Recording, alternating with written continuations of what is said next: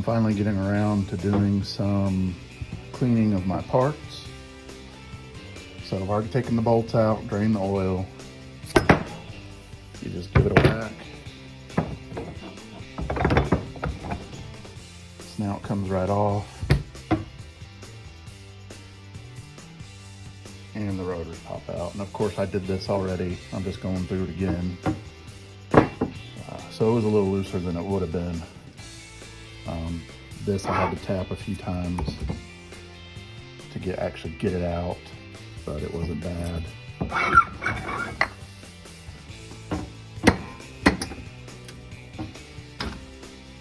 And that's about it for that. So not too bad. I already cleaned it up a little bit, but I'm gonna do a little better. And I'm going to get the rest of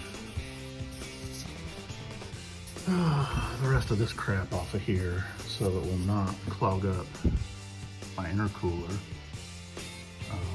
Now I know having that coating on there is ideal, but it's really expensive to replace it. And they function just fine without the coating. It does tighten up the tolerances a little bit. Maybe gives you a little more extra boost, but it's not that big of a deal. All right, so it's time to remove this nasty coating that's on these rotors, because you don't want it to get into your intercooler. It will clog things up, make you lose power. And what I'm using is some of this clean strip, and it's in gel form, so it won't flow down and leave the area that it's not supposed to clean. And it says to give it about 45 minutes. So I'm gonna paint this stuff on real good.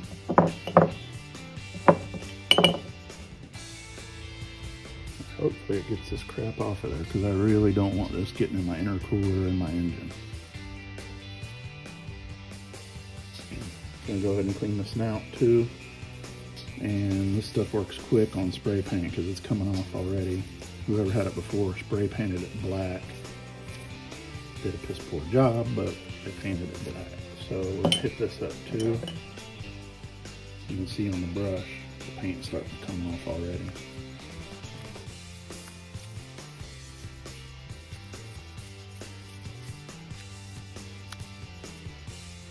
Alright, and we're gonna let that set as well.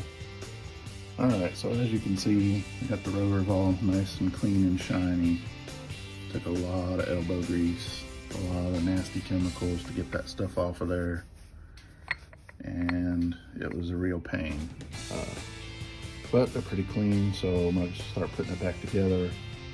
Of course, it's just gonna be temporary because the bolts I'm using, I'm going to order new bolts in stainless just so it looks nice.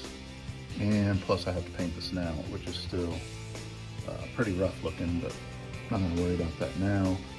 And before you put these together, it's good to take some high temp wheel bearing grease and go ahead and rub it on these.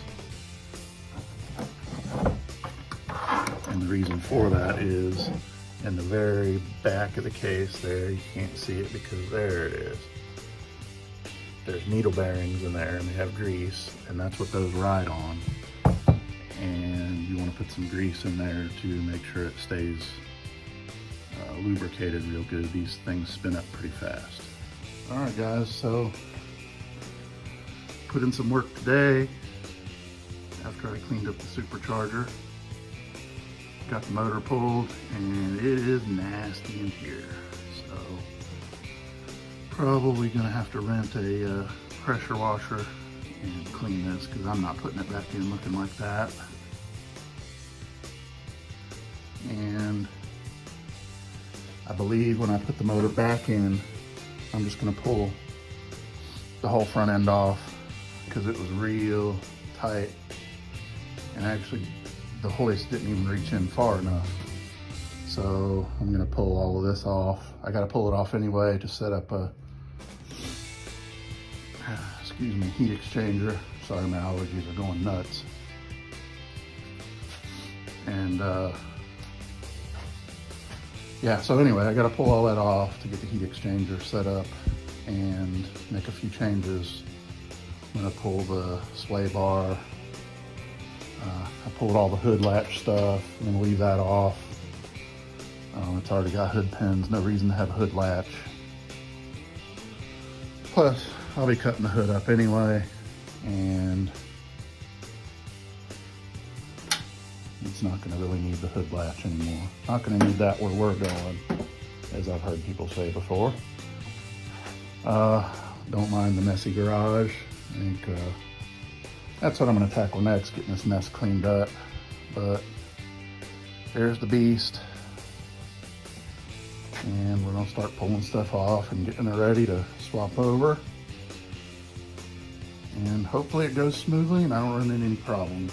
A couple of differences on the block. There is differences in the adapter for the oil filter.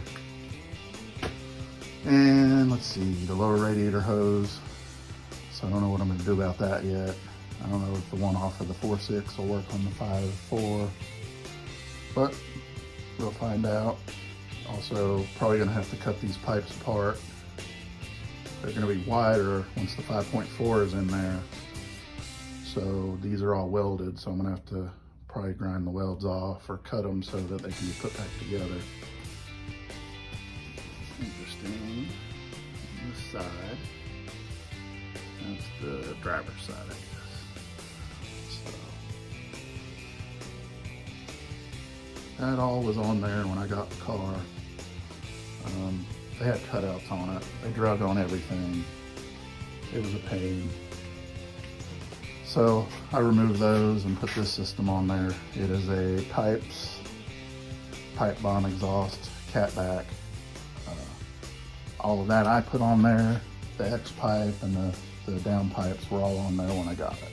Well guys, I was trying to get the heads off tonight so I could see how bad the piston was busted.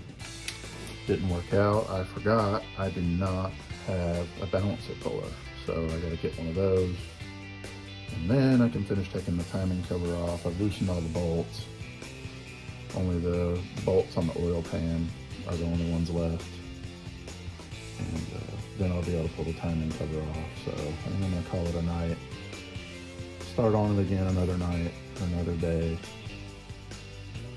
I did want to go over that if anybody has any doubts about using good oil. This car has only seen synthetic oil, and it has somewhere around 140,000 miles on it, and I promise it has not been babied. So pretty darn clean for that many miles. All right guys, so that's it for this video. Back to the daily grind, and I'm gonna try to get another video beginning of next week. So hope you enjoyed it, and thanks for watching.